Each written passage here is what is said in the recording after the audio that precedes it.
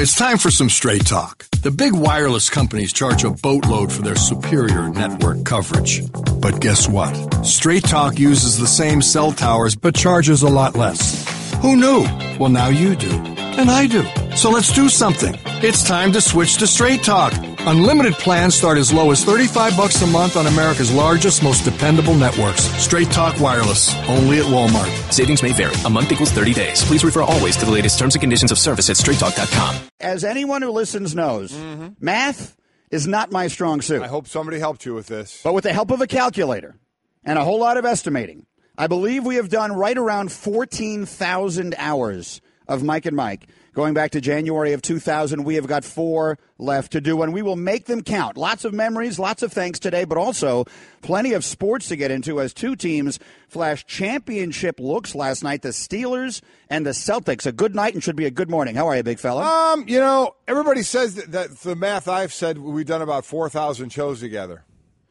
No, so here's what I did. Okay, all right? Get a calculator. Someone get a calculator. I got it. Go ahead. I estimated 18 times 4 times 200. We do roughly. We've probably done roughly 200 shows a year together. I did 220, but you did 200. Yeah, because let's face it, we were joking that we should have opened up the show this morning with Adnan and Booger sitting in these chairs, because Lord knows we don't do all 220 together. No, so that comes out to 14,400. Correct. Okay, so I estimated to be about 14,000. I went a little higher. I went 220. So last time I got the math close to right, but one way or another, we've got a lot to do today. We've got a lot of fun to be had. We've got a lot of people to say thank you to, and we will certainly do that. A lot of nice things are being said about us, which we're not always accustomed to, so that's been very pleasant. That's why I try and get right to the bad stuff that's being said about us. It makes you feel more at home, quite honestly. You're like, I'm in my home. But, yeah, you're right. Sports is going on, and what's happening on the fields and on the courts has been pretty darn interesting, especially with the Boston Celtics.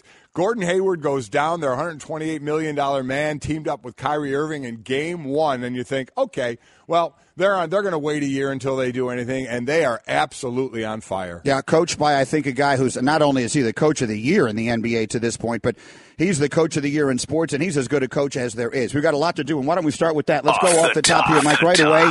The Celtics were down 17 at home last night to the Warriors.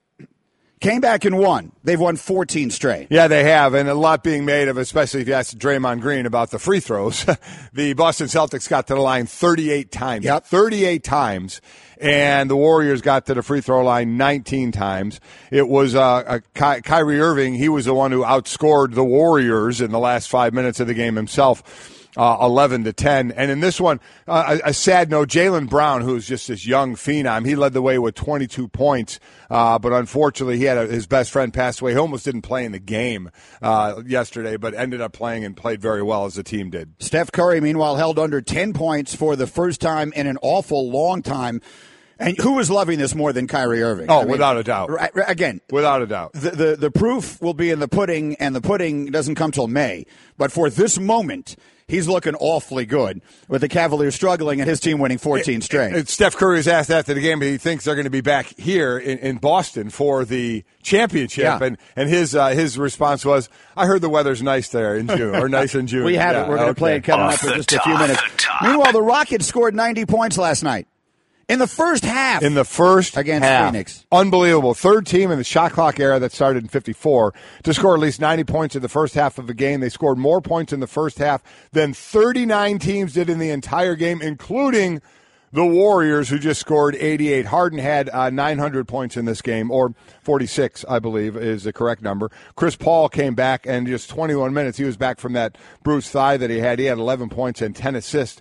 And just one turnover in those 21 minutes. James Harden, had 48 points. I shorted him 2, and I shouldn't do that. He was sensational last night. Again, 90 points in the first half Off the top, for the Rockets. MVP voting in the National League, it was as close as it has been in decades. But Giancarlo Stanton is your National League MVP. And in the American League, Joey Votto edges out Aaron Judge and everybody else. Excuse me, Jose Altuve. No, Jose Altuve. Joey Votto got edged out by Stanton by Correct. just 2 Altuve wins the AL points. award. So we'll start with Stanton again. Beat Joey Votto by 2 points, third closest margin in MVP balloting, and the fourth closest MVP race overall. Stanton, had those numbers, had all the big numbers with obviously the home runs and extra base hits and those kind of things. But the news now, it's been interesting with him, is what's going going on with the Marlins is, he could be on the trade block or they're going to listen to teams talking about taking on that massive contract as the Marlins try and revamp, and they won't do it with the National League MVP. That's a pretty wild situation then. And then Altuve, he's tied with Bobby Shantz and Phil Rizzuto as shortest MVPs at 5'6". And one of the great Hembo stats, and Hembo will be so missed on this show, that Jose Altuve is 5'6", your MVP. The Little League World Series was played just not too long ago. Yes. There are 70 Little League World players that are taller than 5'6". There you go. I was about to say, and almost none of them cover baseball for our network, actually, as I think about it. We'll have Buster a little later this morning to say thank you to him. He claims to tower over Jose Altuve. Well, if tower means, you're a half inch, then okay. And again, whatever. He had a magnificent season. He's a magnificent player. He did. But as I was scrolling through stuff this morning, did you see the picture that Aaron Judge tweeted? Oh, yeah. I mean, it's incredible. You guys, you got to get it up. It's looks so like his funny. little brother. He looks like he's greeting a child in the parking lot. He does. He looks like some kid came up to him and asked him for an autograph, especially just the way the picture is framed between the two of them. Looks like he's giving him a little talk. All right, son, here's your autograph. Will you hit a home run for me today, Here's some Aaron? words of encouragement for you. That's honestly what it looks like. But Altuve may be small in stature, but he is much larger than that in heart and in ability. And then on the other side of it, Stanton, who can look eye to eye at Aaron Judge, or pretty close to it. We told you yesterday could become the third ever MVP to win the award and then change teams. The others were Barry Bonds and Alex Rodriguez. That's correct. And then finally, the Steelers put up 40 points last night.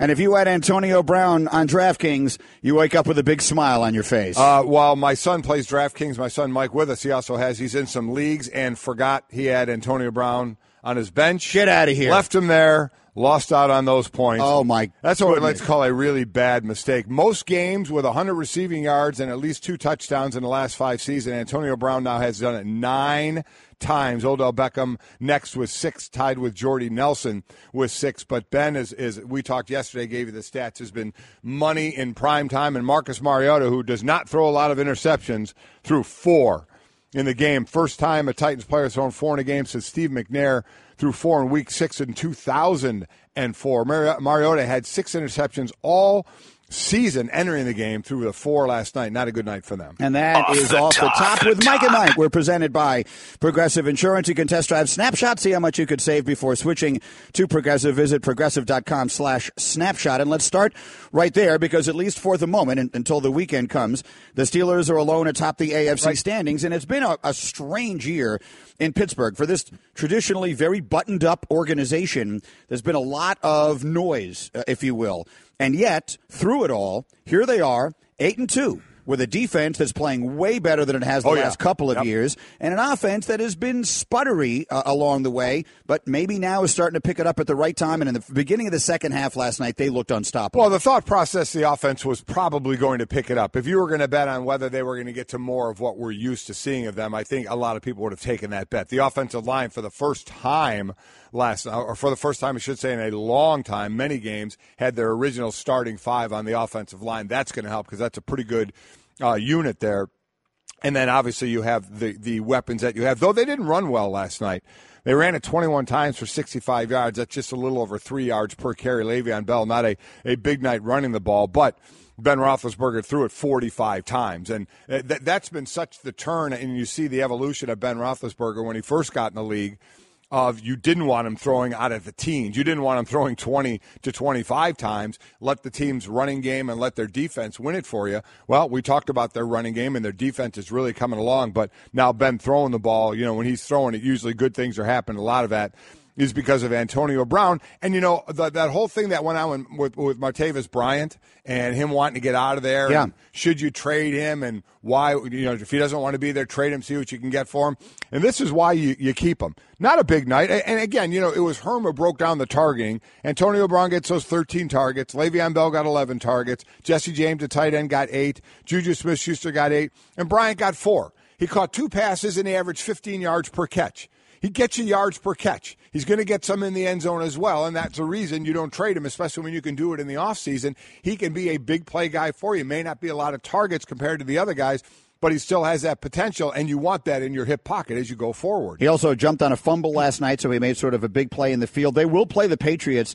If you sort of think about, if you start projecting ahead to what we can expect down the stretch in the AFC, again, with the Patriots and the Chiefs and the Steelers right now looking like the three best teams in the conference, and you just bear in mind, those three, they've got this sort of rotational having each other's number thing going. Right. Pittsburgh has Kansas City's number. Kansas City has New England's number. New England has Pittsburgh's number. So a lot of it could easily, and we'll never know. You always give the edge to the Patriots because of their history. The Patriots, yeah. But generally speaking, you see where those matchups start to fall as we get towards it. Again, Pittsburgh and New England will play each other on December, 17th. And that game is home in Pittsburgh for the Steelers. Let's hear from Roethlisberger. Again, it's been sort of an up-and-down year for him. It has. The talk about possibly retiring. Saying he doesn't have it anymore, yeah. And he sounded yesterday like a guy who was kind of tired of hearing all the talking. You know, I know a lot's been made of me not caring or whatever. Not from you guys, but some of the local or the national media stuff, and it's nothing further from the truth. I go out there and give it everything I have, and I play as hard as I can for these guys in there and our fans and the Roonies, and it's fun to go out and have one of these games.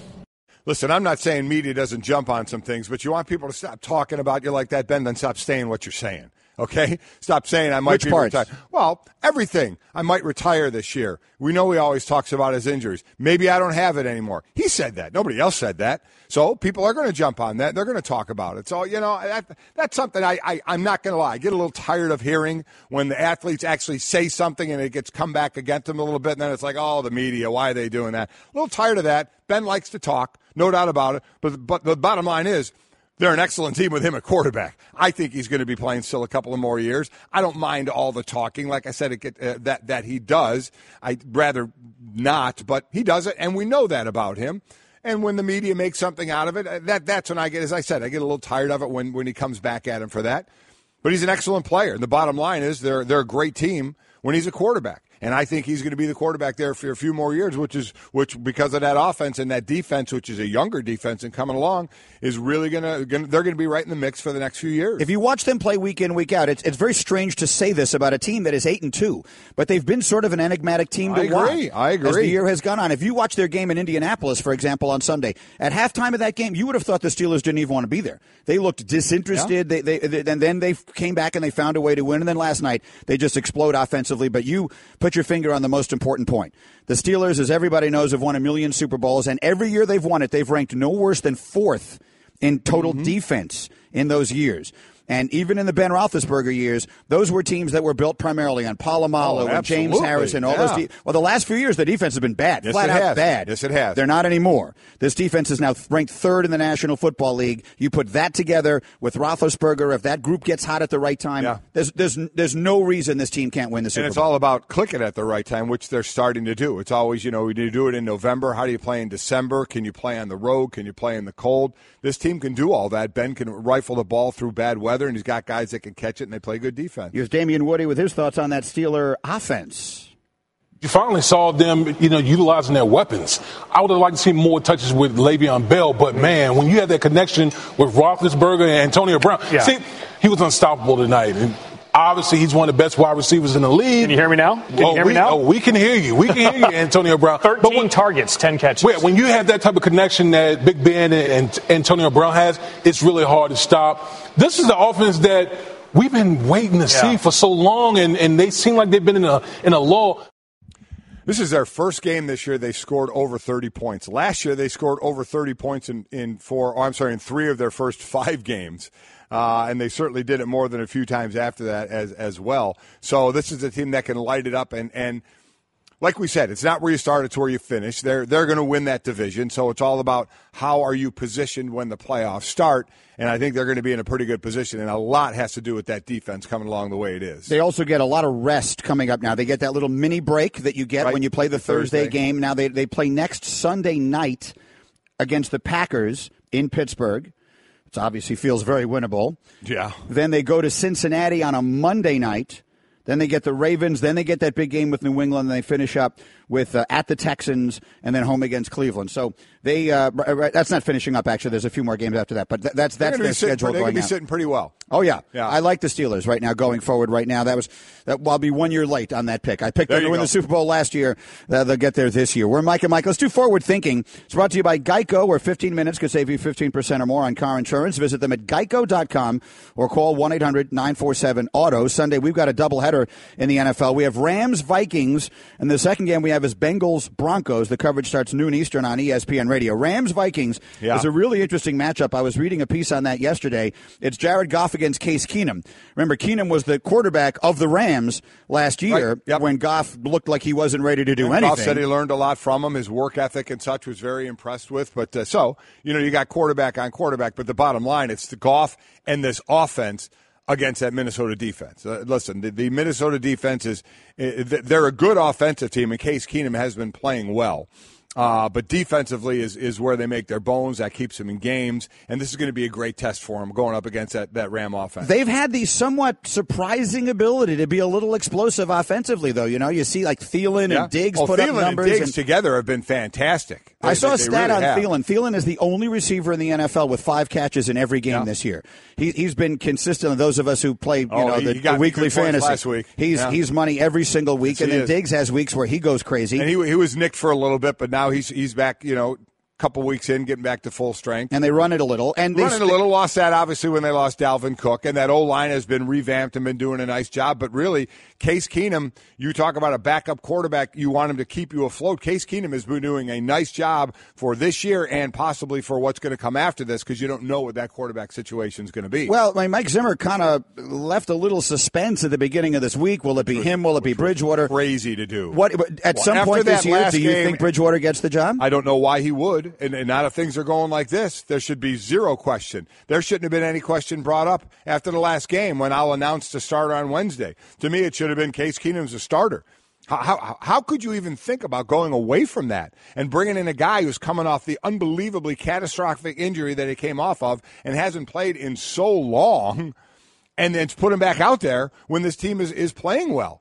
I mean, I can't even believe that was a thought process when you heard him say, we have a plan, but plans change. So I think the plan was to get back to Teddy Bridgewater, but Case Keenum's the reason they're not. Case Keenum's the reason that Zimmer said plans change, because he's playing well enough to be out on that field.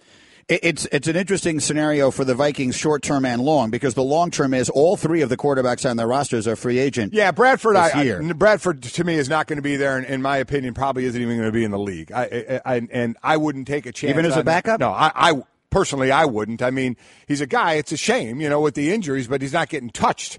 And he's missing games, and he's starting games and having to come out of games, and he's going on IR. So, I would stay away from that. To me, it's the 2 quarterbacks. Do they have them both next year? Does Teddy get some time this year? Those are going to be the big questions, yes. All right, Mike and Mike. So there's the football for you, and we have plenty more of that as the morning continues. But let's take a moment to just hail what the Boston Celtics have done to start this season. And again, a lot of credit will go to their coach, and deservedly so. And Kyrie, who leaves Cleveland under all of the circumstances that everyone is well aware of, and wanted his own team, and he's got it. And even without Gordon Hayward, who when the only time we saw him in a Boston Celtic uniform, his foot was unfortunately facing in the wrong direction.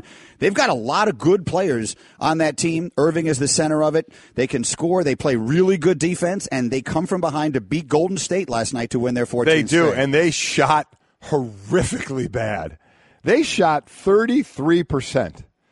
Golden State shot 40%. The biggest difference here is what Draymond Green brought up after the game is they got to the line 38 times, did Boston, and the Warriors got to the line 19 times. 12 points scored by the Golden State and 33 by Boston from the free throw line, and that was the difference because they shot horribly in this game. So you even take that for Boston. I mean, they end up coming back and winning this game, a lot of it because of free throws, but shooting that bad and still coming back and winning that game, I'm sure a lot of people are surprised. I don't think many people, you see Hayward go down and say, oh, yeah, they'll go on a 14-game winning streak. Again, I keep saying it's going to level out. At some point they'll lose. Let's see, because they keep winning. But, man, they are making it very interesting for all of us who keep saying it's going to be Golden State and Cleveland in the finals again. The foul shots, for what it's worth, Boston took 25 in the second half. Golden State took 8 foul shots. Kyrie Irving was 7 for 7 from the line in clutch time yesterday.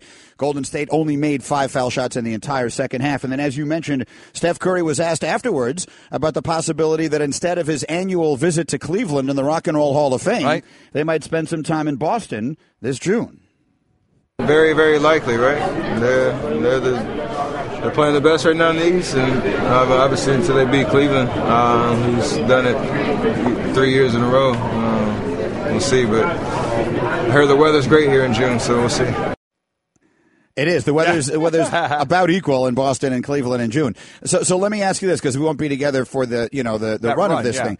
What will it take during this regular season for you to decide, I believe Boston and not Cleveland is the team that's going to come out of the Eastern Conference in the regular season? It's going to be the key. What you said there is in the regular season. No, I'm sorry. What will it take in the regular season for you to change your mind? No, that's what I mean, and that's the key, because I don't know if there's anything, because I think Cleveland is going to take all this. Guys are going. They have the oldest team around. Guys are going to miss with Knicks, no doubt about it. I don't know if they're going to have a great regular season record. It certainly hasn't started out that way. But I'm just not ready to do it. As much as I'm sure people's heads are going to turn, they still have LeBron James. Okay, they still have LeBron. Their defense is awful, but they have shooters. They can score. They seem to get it together when they need to, and I think they all understand on that team. A lot of those guys have been around the block many times, that they need to be right when the playoffs start. So to me, I kind of throw away the regular season for them more than anybody else. Coming up next, I've got a number that will make you very, very excited if you are a fan of the Boston Celtics. Hey, everyone, Mike Golic here. Support for the Mike and Mike podcast comes from our friends at Rocket Mortgage by Quicken Loans. Chances are you're confident when it comes to your work, your hobbies, your life. Rocket Mortgage gives you that same level of confidence when it comes to buying a home or refinancing your existing home loan. Rocket Mortgage is simple, allowing you to fully understand all the details and be confident you're getting the right mortgage for you. To get started, go to rocketmortgage.com/Mikes. Equal housing lender, licensed in all 50 states, NMLS, consumeraccess.org number 3030. I just saved hundreds of dollars by switching to Geico. I'm so happy, I feel like I can fly. Disclaimer, you will not be able to fly by switching to Geico. This is against the laws of physics and nature. If you find yourself flying, please seek professional and or medical help immediately. In the unlikely event you find yourself flying, you might be a superhero, or a pigeon, or a superhero named Pidgewoman, who was bitten by a radioactive pigeon. If you are indeed Pidgewoman, Geico retains all licensing publishing rights in the event Pidgewoman the movie becomes a top-grossing Hollywood blockbuster. Geico. 15 minutes could save you 15% or more. So a lot of Twitter reaction this morning through the 1-800-Flowers.com Twitter feed, and the hashtag they're using is MMSayThanks. And we're very appreciative of all the very nice notes that we're getting, some of them from our friends. Shefty tweeted at us this morning, and Chris Mortensen tweeted at us this morning. But more meaningful, because those guys we know and we love. Right. But all these people who are just tweeting nice notes at us, and again, we will do our best to get back to as many people as we can. It's not going to be possible to respond to everyone, but please know that we really appreciate it. And then the funny thing that happened, or among the many funny things, so the two original members of the Mike and Mike staff, when we first started this thing, there were four of us in the room. Right. Again, you predate me on I this predate show. you. I did the show with Tony Bruno for a year. And then it's actually, as Pete Genesini is producing, when we were trying to find a new host. And when you were found. It went through a while, and you went through a bunch of different candidates. Pete and I sat there every single day. And it was actually 13 official candidates, and that was the time that I talked to my wife. She listens to all the shows all the time.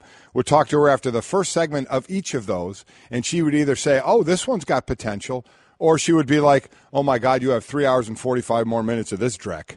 And I mean, we had all kinds of people trying, And listen, they were coming in there to do their best. My favorite story. Tell about the one that left the room. Well, we had a guy who was really good at impersonations, or he said he was, and it was not Frank Caliendo. No, it was not Frank Caliendo. So while these guys are coming in there for their 4-hour, shot to try and be the next co-host of this show, so he would run out and. He would say, I knew he did impressions. He would run out, and I would just kind of be looking at Pete through the glass. Like in the middle of a segment. He just gets up and runs out. He would run out, and I would just look at Pete, and I would be vamping, and Pete would say, Lou Holtz is on the line. And I'd pick up the phone, and he would have run out, and he would be doing a Lou Holtz impersonation.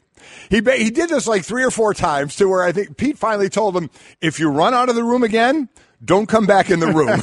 So that one didn't go. But that is the story where you filled in. You were not a candidate, but we needed people to fill in until the quote-unquote real candidate showed up.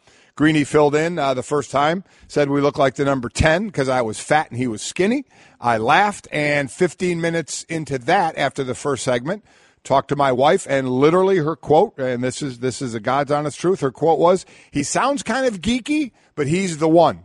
And I said, "He's not even a candidate." She said, "Again, sounds geeky, but he's the one." So that was the start of it. That's the true story of how we started. Story. Yeah. That was in November of 1999. Yep. So then they gave me the job, and we officially started in January of 2000. Right. And so Pete came in here. Pete and Justin are both in here with us this morning. It was just, every day at that point, it was just the four of us. Yeah, nobody else cared or could hear us. At some point, Joaquin came. At some point, I think later that year, although he didn't become Joaquin for a couple of years. No, he did not. We renamed him. We'll get into that story. He was Kurt Kaplan. Yeah, he was. One of the first fights, and so Pete, in a hilarious and very touching move this morning, came in this morning with a copy of the USA Today. Gave it to me. And bear in mind, this was, when we started, it was 2000. This was before there was Twitter. This was before we used to solicit faxes and emails. You may be thinking, why is Pete giving me a USA Today, kind of the sentimental thing? The first fight that we ever had with the suits at ESPN was that we could not get. We went on the air at 6 o'clock in the morning,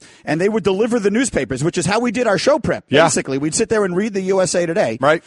We could not get the newspapers until like 7:15. They would not bring them in early. No one would go get them early anywhere. We're trying to explain. Don't you understand? We're doing a live show. We need this. And that's how unimportant we were. Yep. We weren't important enough that someone could bring us the newspapers from wherever they got brought onto the ESPN compound at that time. So we then started, you would start picking them up at a gas station. I would stop at a gas station and I would buy 2 or 3 copies so everybody could kind of be in on this. I'd be spending my each day buying these and bringing them in. I remember the argument over whether you would be reimbursed for that. Exactly. It was unbelievable. These are the fights that we were having. These were the fights. The problem was I knew it was going to be a tough fight when I went to the suits and I said, "We have a problem." And he said, "Who are you?" I said, "Okay, maybe I shouldn't bring this to you right now." I mean, that's honestly how it started with these two clowns who are in here now, and they're both big executives now, and they've done great work over the many years. And of course, now we have a staff that doesn't know what a newspaper is. No, it's exactly right. They would be like, "Ew, there's ink on my fingers." So I'm sorry, that was you that did that. Never mind. Give you an indication. I still do that. To give you an indication of just how long ago it was, Hembo did a nice job of putting together a little list of where the world was when we started this thing. The January 2000. January of 2000. Yeah. The number one song in America the week that we started was... This is Smooth by Santana. It's actually a very good song. And it's very smooth. The name fits. It's a good song. It really is a good song. I think it's if you're going to have had a song, it's phenomenal. I'm happy about this because I was disappointed in the movie of that time. The number one movie at the box office was Stuart Little. It's a children's movie, kids right? movie, so, right? I mean, that's good. Whatever. The average movie ticket costs $5.39. You can't get candy for $5.39 at the movie theater. You can't get candy at that time for $5.39, but the rest of us couldn't then. The number one show on ABC was... Who Wants to Be a Millionaire? That's the Regis one, right? Yeah, it was the Regis one, and they put it on. It was a huge success, so they then put it on every single day and just drove it into the ground. And then here comes some of the great ones. This one might be my favorite one of all. When we started Mike and Mike, Mark Zuckerberg was 15 years old. 15 years old. He is now the 5th richest person in the world. Things went well. So he's had a much better 18-year run than we have. Yeah, well, we're looking at runs here. His was top notch. The two of us are sitting here staring at each other. Yeah. There's like 7 people in this room. Yeah. Mark Zuckerberg is the 5th richest person on planet Earth. So Facebook did a little better than Mike and Mike. What else do you like on this list? Bill Belichick had not yet been hired as head coach of the Patriots. Hey, there's a great prediction I gave you. His second year as the coach of the Patriots, they lose their first game. Week 2, they play the Jets. The Jets knock out Drew Bledsoe. A quarterback you've never heard of in your life comes running on the field for Michigan named Tom Brady. Right. And I came on the air the next day and I said, Bill Belichick will get fired at the end of this season. There's no way in the world Belichick will survive this. They're going to be 2-14. He didn't work in Cleveland, and he's not going to work in New England, and this is going to be a disaster, and he's going to get fired. It's amazing. How'd that turn out? I would, yeah. He's won 5 Super Bowls and been in 7. It's gone pretty well. We got a lot of these that we'll spread out through the show. But that reminds me, right the year before the show started, somebody sent me the link to this of me. I called college games when I got here all the way till 2005 before my kids started going to high school. And somebody sent me the link. It was 1999. It was Michigan against Michigan State. The quarterback for Michigan, Tom Brady. The head coach at Michigan State, Nick Saban. Yeah. That's tremendous. I mean, I'd like to see some of those. Golic was, in our earliest days, Golic did the Saturday night ESPN2 game, right? College game. And Bill Curry, who was one of your partners in the booth, became a regular on our show. Right. And we will have him on today. We wanted him to be on our last day because he was such an important part in the early. His sensibility and his decency, I think, really informed a lot of the way we started this and the way we approached this when we started. Yeah, I mean, you can't find a better guy. He's like the old E.F. Hutton commercials for you older people, knowing when he talks, people listen. But also to go along with just what a great guy he is. This is a guy that was a quarterback for Bart Starr. The center, yeah. I'm sorry, the center for Bart Starr, the center for Johnny Unitas, played for Vince Lombardi, has an incredible story that I can tell about Ray Nitschke back in the day and how they checked if you had a concussion or not. I mean, and Don Shula. He snapped the ball to Unitas and Starr. He played for Lombardi and Shula. I mean, just an incredible playing career. Went on to coach as well. Kentucky, Alabama, Georgia State. He started the program down there, Georgia State. But forgetting all that, just an incredibly classy and wonderful man that we look forward to having on for one last time together. We will have a little more of our stroll down memory lane, just sort of periodically as the show continues today. But we've got the sports covered for you as well. Mike and Mike presented by Progressive Insurance. Customers who switch to Progressive save an average of $500. Call or click today. Find out if they could save you hundreds on your car insurance. Coming up next, I've got that number that will make you very excited if you're a fan of the Celtics. Even more excited than what they did last night. You should be excited right now, but we want to make you even more excited. Much more excited. Plus, one more reason why Golic could not have played in the NBA. Blue Moon is brewed with Valencia orange peel and a touch of coriander. It's a creative twist on a Belgian-style wheat ale for a taste that shines brighter. Taste responsibly. Blue Moon Brewing Company, Golden, Colorado. Mike and Mike, look at this Mike. Yo, what's up, fellas? Congratulations. How many years, bro? 18 years. Woo! How did you put up with each other for 18 years? Yeah, I'm going to say it's hard. I can't imagine not hearing your voices together. You all have been everything that's happened these past 18 years. You guys have been there, and just thank you. Thank you for all of it. You guys are awesome. And I love you, not because your name is Mike and Mike, but you guys are actually great at what you do. We appreciate you over the last 18 years. We wish you guys the best. Yeah. And if we are so lucky, 18 years about it, she hurt me. Congratulations, guys. Thanks, guys. That's very nice. Two things. First, Robin Roberts is one of the greatest people on the face of the earth. She is. By far. Without question. One of our favorites over the many years. Michael Strahan, we can't stand. Michael Strahan is as hot as can be and is everywhere, and along with that is making a ton of money. You and I did a pilot show with him.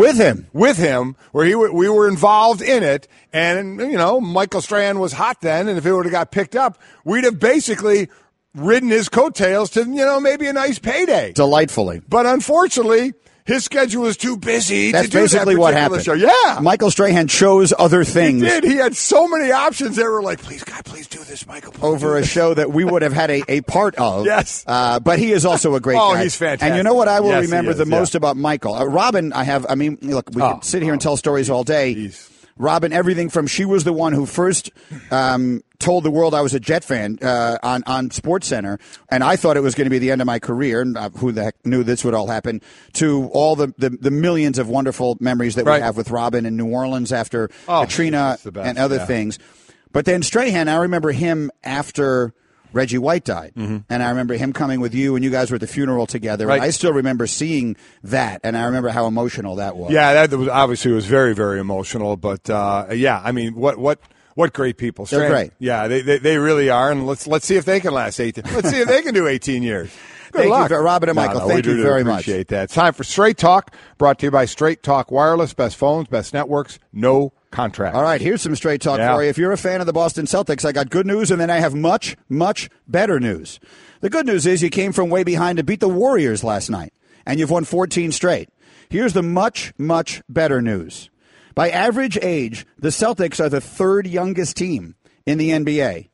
The 4 oldest teams are the Rockets, the Warriors, the Spurs, and the Cavaliers. Yep. So if you look at all the teams, if you were to make a list, if you were to put all the teams into a pot and say, here are the ones that I would give any realistic chance to winning the championship this year, those would probably be the 5. Yes, they would. Right? Those would be the 5.